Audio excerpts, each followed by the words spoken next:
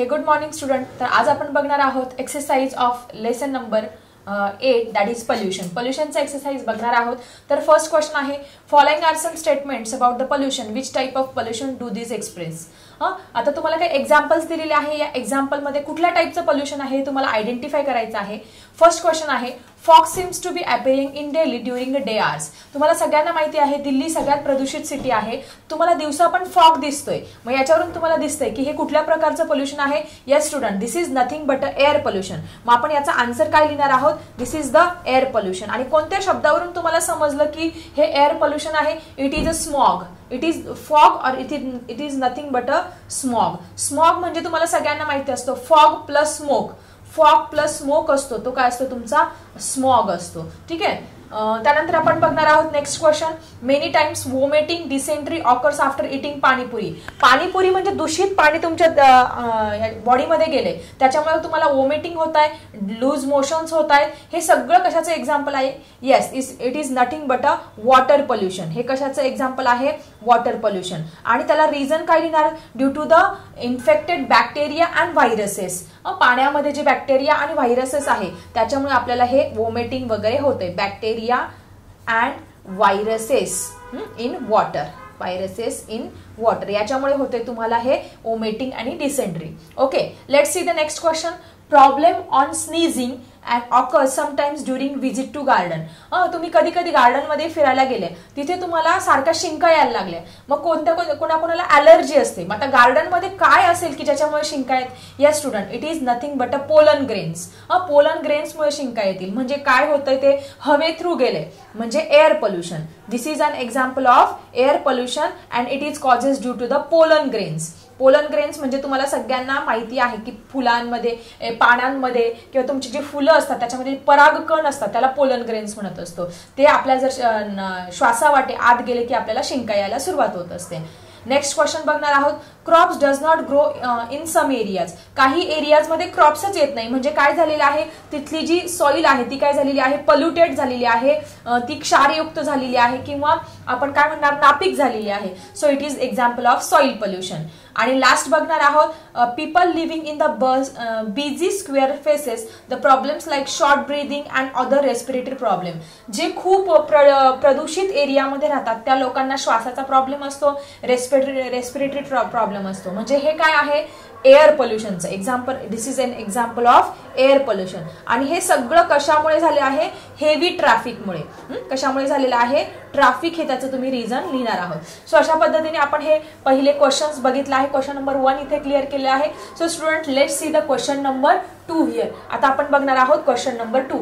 So question number 2 काय दिले आहे, read the passage and identify the sentence expressing types of pollution. हा एक पॅरेग्राफ दिलेला आहे. हा पॅरेग्राफ तुम्हाला रीड करायचा आहे आणि त्याच्यावरून कोणत्या वाक्यांवरून कोणतं प्रदूषण इथे झालेलं आहे हे तुम्हाला इथे लिहायचं आहे. पहिलं आहे, इट टेक्स. बघा ही लाईन आहे, it takes about an hours to go to the school by the bus. म्हणजे त्याला जायला काय लागतो आहे, बसला 1 तास लागतो आहे. कशामुळे, बसने, due to the heavy traffic. हे सगळं आहे. मग आता याचं तुम्ही आन्सर कशा पद्धतीने लिहिणार आहे. सो तुम्ही बघू शकता. तर पहिला आहे, it takes about an hour to go to school. मग आता पहिली आपण तुम्ही लाईन लिहून काढणार तिथून, due to traffic jam Nilesh spending more time in polluted contaminated air. Traffic जॅममुळे त्याला वेळ लागतो आहे शाळेत जायला. त्यानंतर पुढचं आहे, he faces the heavy traffic. Heavy traffic त्याला सफर करावं लागतं आहे. तुमच्या त्या पॅरेग्राफ मध्ये लाईन आहे. मग हेवी ट्रॅफिक कशामुळे आहे, means there is a so much traffic and traffic आलं, व्हेकल्स आले म्हणजे त्याच्यामधलं पेट्रोल आणि डिझेल म्हणजे फॉसिल फ्युएलचं कंबशन आलं. And due to the vehicle there is a combustion of fossil fuel. आणि त्याच्यामुळे काय होतंय, हेवी ट्रॅफिक हे त्याला फेस करावं लागतं आहे. He is facing the problem of asthma. त्याला अस्थम्याचा सुद्धा त्रास होतोय. मग आता अस्थम्याचा त्रास होते म्हणजे कसलं एक्झाम्पल आहे, yes, this is an due to the air pollution harmful human health. मग आपल्या बॉडीवरती त्याचा काय होणार आहे, वाईट परिणाम हा होणार आहे. The hips of garbage at many places. त्याला बऱ्याच ठिकाणी काय दिसलं, कचऱ्याचे ढिगच दिसले. म्हणजे काय आहे, हे लँड पोल्युशन आहे किंवा सॉइल पोल्युशन आहे, सॉलिड वेस्ट. पुढची लाईन आहे, foul smell of human and animal waste. काही ठिकाणी ह्युमन वेस्ट दिसलं, अॅनिमल वेस्ट दिसलं. म्हणजे हे कुठल्या प्रकारचं एक्झाम्पल आहे, this is an example of biological. So next आहे, foul smell and human and animal waste. काही ठिकाणी त्याला ह्युमन वेस्ट पण दिसलं, अॅनिमल वेस्ट पण दिसलं. म्हणजे हे कसलं एक्झाम्पल आहे, बायोलॉजिकल पोल्युशन आणि एअर पोल्युशनचं पण एक्झाम्पल आहे. कारण त्या वेस्ट मधून बायोलॉजिकल पोल्युशन तर होतच, पण एअर पोल्युशन मध्ये त्याचा घाणेरडा वास पण पसरत असतो.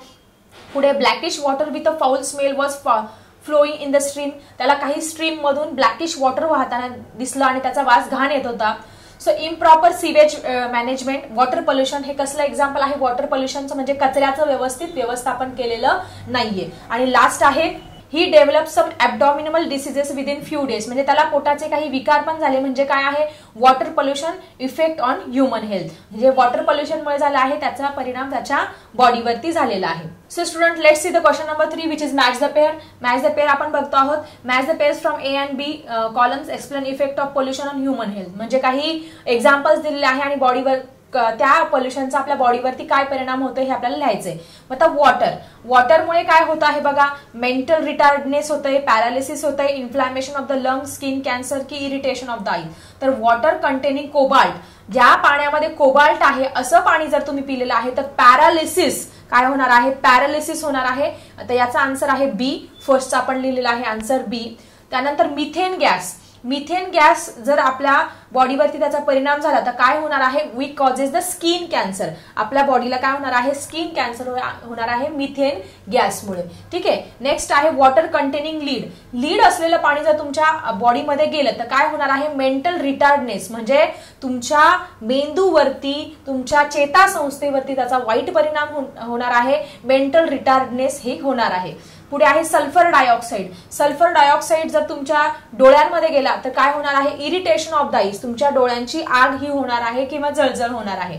आणि लास्ट आहे नायट्रोजन डायऑक्साईड. नायट्रोजन जर डायऑक्साईड बॉडीमध्ये गेला तर इन्फ्लॅमेशन ऑफ द लंग्स, म्हणजे तुमची जी फुफ्फुस आहे त्या फुफ्फुसांमध्ये जळजळ होणार आहे due to the nitrogen dioxide. So student, let's see the next question. True or false, water does not get polluted by washing the clothes in running water of river.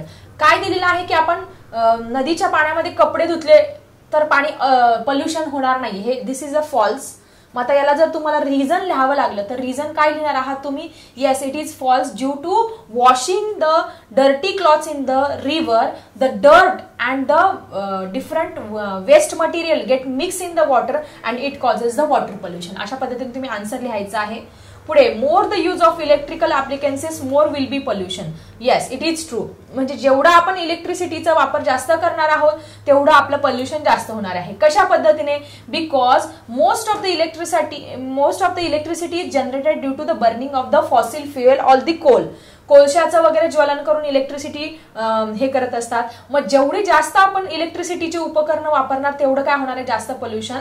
So you can write down the answer. मग याचं explanation जर तुम्हाला आलं तर कसं लिहिणार तुम्ही, that is most of the electricity generated due to the burning of the coal and it causes a different type of air pollution, water pollution and if we use more electrical appliances it causes the more pollution. So अशा पद्धतीने हे लिहू शकतात. फक्त जी solar energy आहे, solar energy पासून जे इलेक्ट्रिसिटी जनरेट होतात त्याच्यामुळे मात्र कुठल्याही प्रकारचं पोल्युशन इथे होत नाही. आता आपण क्वेश्चन नंबर 5 बघणार आहोत. Answer the following. What is pollution, contamination of natural environment that can be harmful affect on environment is called as pollution. म्हणजे नॅचरल एन्व्हायरमेंटचं कंटॅमिनेशन होते, कशामुळे, ज्याच्यामुळे एन्व्हायरमेंटवरती बॅड इफेक्ट्स पण होतात. या सगळ्या गोष्टींना आपण पोल्युशन म्हणतोय. नेक्स्ट क्वेश्चन आहे व्हॉट आर द पोल्युटंट्स. प्रदूषके म्हणजे काय, the product which affect the normal functioning of ecosystem and have bad effects on plants, animals and human are called as the pollutant. म्हणजे की जे असे पदार्थ की जे आपल्या नॉर्मल इकोसिस्टमवरती, त्याच्या फंक्शनवरती, जी नॉर्मली आपली चालली आहे त्याच्यावरती इफेक्ट करत आहे, त्यानंतर आपल्या प्लांट्स, ॲनिमल्स, ह्युमन्स याच्यावरती त्याचा वाईट परिणाम होतोय. तुम्हाला सगळ्यांना माहिती आहे एअर पोल्युशन, वॉटर पोल्युशन यांचा कसा वाईट परिणाम होतो. त्या सगळ्या पदार्थांना आपण काय म्हणतो, पोल्युटंट म्हणत असतो. नेक्स्ट क्वेश्चन आहे what is acid rain. Acid rain आपण डिटेलमध्ये व्हिडिओमध्ये शिकलेलो आहोत. तर ऍसिड रेनचे पॉईंट हे नेहमी पेपरला शॉर्ट नोटमध्ये किंवा कुठल्याही ब्रीफ आन्सरमध्ये विचारले जात असतात. So when rainwater have harmful amounts of nitric acid and sulfuric acid, that rain is called as acid rain. पहिले आपण acid rain ची डेफिनेशन फर्स्ट पॉइंट मध्ये लिहिणार आहेत की ज्या पाण्यामध्ये नायट्रिक ऍसिड आणि सल्फ्युरिक ऍसिड जास्त आहे अशा पाण्याला आपण ऍसिड रेन म्हणणार आहोत. Due to burning of fossil fuel need in vehicles, industries like petrol, diesel, coal, wood, petroleum, that releases nitrogen oxide and sulphur oxide in the air. म्हणजे आपण जे इंडस्ट्रीजमधून बाहेर पडणारा जो धूर आहे किंवा व्हेकल्स आहे यांच्या जलनासाठी काय लागत असतो, आपलं पेट्रोल, डिझेल, कोल ह्या सगळ्या फॉसिल फ्युएलची गरज असते. ज्यावेळेस आपण ते जाळतो तेव्हा आपल्या वातावरणात काय बाहेर पडतो, नायट्रोजन आणि सल्फर डायऑक्साईड हा बाहेर पडत असतो. आणि पुढे these oxides are soluble in water to form nitrogen oxide and sulfur oxide which dissolve in large quantities of water vapors to form nitric acid, sulfuric acid. मग हे जे ऑक्साईड आहे ते पाण्यामध्ये विरघळतात, त्याच्यापासून नायट्रोजन ऑक्साईड, सल्फर ऑक्साईड हे काय होत असतं तुमचं तयार होत असतं. आणि त्यानंतर नायट्रस ऍसिड आणि सल्फ्युरियस ऍसिड हे सगळं काय होत असतं तयार होत असतं. These acids mix in a drops of rainwater and snow then comes on earth in the form of acid rain. ह्या सगळ्या ऍसिड रेनच्या बाबतीत तुम्ही हे 4 पॉइंट्स लिहायचे आहे.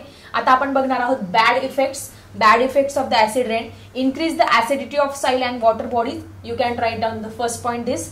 Damage the trees. Yes, acid rain damages the agriculture and crop plants. Building, statues, bridges, monuments corroded due to the acid rain and water becomes unsuitable for the fish and wildlife. So student, next question आहे आपला 4th नंबरचा. What is green house effect? की हा नेहमी सगळ्या प्रकारच्या exam मध्ये हा प्रश्न विचारला जात असतो. Greenhouse effect is a phenomenon due to which global warming and climate change occur. Green house effect म्हणजे की ज्याच्यामुळे संपूर्ण विश्वाचं तापमान वाढतं आहे आणि क्लायमेट चेंज बघा, आता कधीही कुठल्याही ऋतूमध्ये पाऊस पडतो वगैरे आहे, क्लायमेट चेंज होत आहे, हे सगळे कशामुळे होत आहे?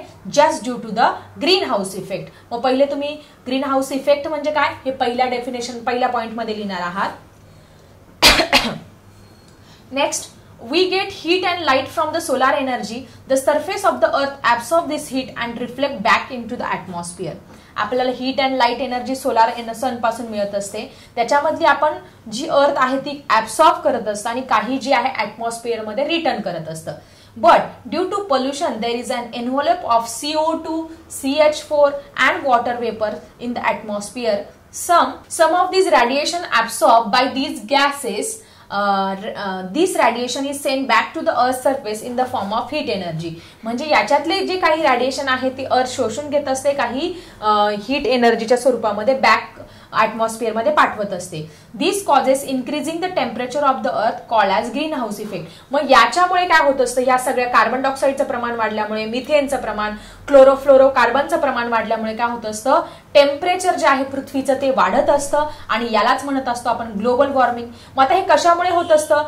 The green house gases that is CO2, carbon dioxide, methane, nitrogen dioxide, nitrous oxide आणि क्लोरोफ्लोरो कार्बन म्हणजे CCl2 आणि F2 याच्यामुळे हे होत असतं. पुढच्या पॉइंट मध्ये तुम्ही लिहिणार आहात due to the burning of fossil fuel uses of ACs, refrigerator releasing CFC in the air causes this effect. आता बॅड इफेक्ट काय होणार आहे तुमचे ग्रीन हाऊस इफेक्टमुळे? तर क्लायमेट चेंज हा सगळ्यात महत्वाचा आहे आणि ग्लोबल वॉर्मिंग हे 2 इफेक्ट कायमुळे होणार आहे तुमच्या या ग्रीन हाऊसमुळे होणार आहे. सो नेक्स्ट क्वेश्चन आहे what are the visible pollutants? म्हणजे तुम्हाला डोळ्याने दिसणारे पोल्युटन्स कुठले आहे? The polluting substances that are seen easily with the naked eyes call as visible pollutant. जे आपण डोळ्याने बघू शकतो अशा प्रकारच्या पोल्युटंटला आपण व्हिजिबल पोल्युटंट्स म्हणतो. मग कुठले कुठले आहे तुमच्या डेली लाईफ मधले खूप लिहू शकतात. सॉलिड वेस्ट, घरातला जो कचरा आहे तो आहे. प्लास्टिक आर्टिकल, प्लास्टिकचे जे मग आहे, प्लास्टिकच्या बादल्या तुटलेल्या वगैरे हे सुद्धा सॉलिड वेस्ट आहे. Plastic bags is there. The suspended things in the water, पाण्यामध्ये आपण जो कचरा टाकतो तो सुद्धा आहे व्हिजिबल पोल्युटंट. आणि मेटल रेफ्यूज म्हणजे मेटलचे तुटलेले पार्ट्स वगैरे हे सगळे काय आहे तुमचे व्हिजिबल पोल्युटंट मध्ये येणार आहे. So student, let's see the next question. Which are the invisible pollutants? Invisible म्हणजे आपल्याला डोळ्याने दिसत नाही असे पोल्युटंट्स कुठले आहेत? The pollutants which are completely dissolve in water and mix in the air but can not be seen, they are called as invisible pollutant. For example, जे आपल्याला डोळ्याने दिसत नाही, पाण्यात कम्प्लिटली मिक्स झालेले आहे, हवेत मिसळलेले आहे, त्याला आपण इनव्हिजिबल पोल्युटंट म्हणतो. म्हणजे insecticide spread on the crops, aerosols, gases in the air which are poisonous, toxic compounds which are mix in the water, all these are the invisible pollutant. So student, आपल्याला बघायचं आहे next question. Classify the following pollutant into natural and manmade categories. Manmade कोणते आणि natural कोणते ते बघूया. Sewage म्हणजे काय? कचरा. तो काय आहे? मॅनमेड. मी एम लिहिते, तुम्ही पूर्ण फुल फॉर्म मध्ये लिहा. Dust dust is a man-made, industries वगैरे किंवा कन्स्ट्रक्शन साईडला जी डस्ट असते ती मॅनमेड आहे. पोलन ग्रेन्स काय आहे, नॅचरल आहे. Chemical fertilisers are the manmade. Vehicular smoke, this is manmade. Algae is a natural. Pesticides are manmade. Waste of animals and bird, this is a natural. So अशा पद्धतीने आज आपण pollution या लेसनचा पूर्ण exercise इथे कंप्लीट केलेला आहे.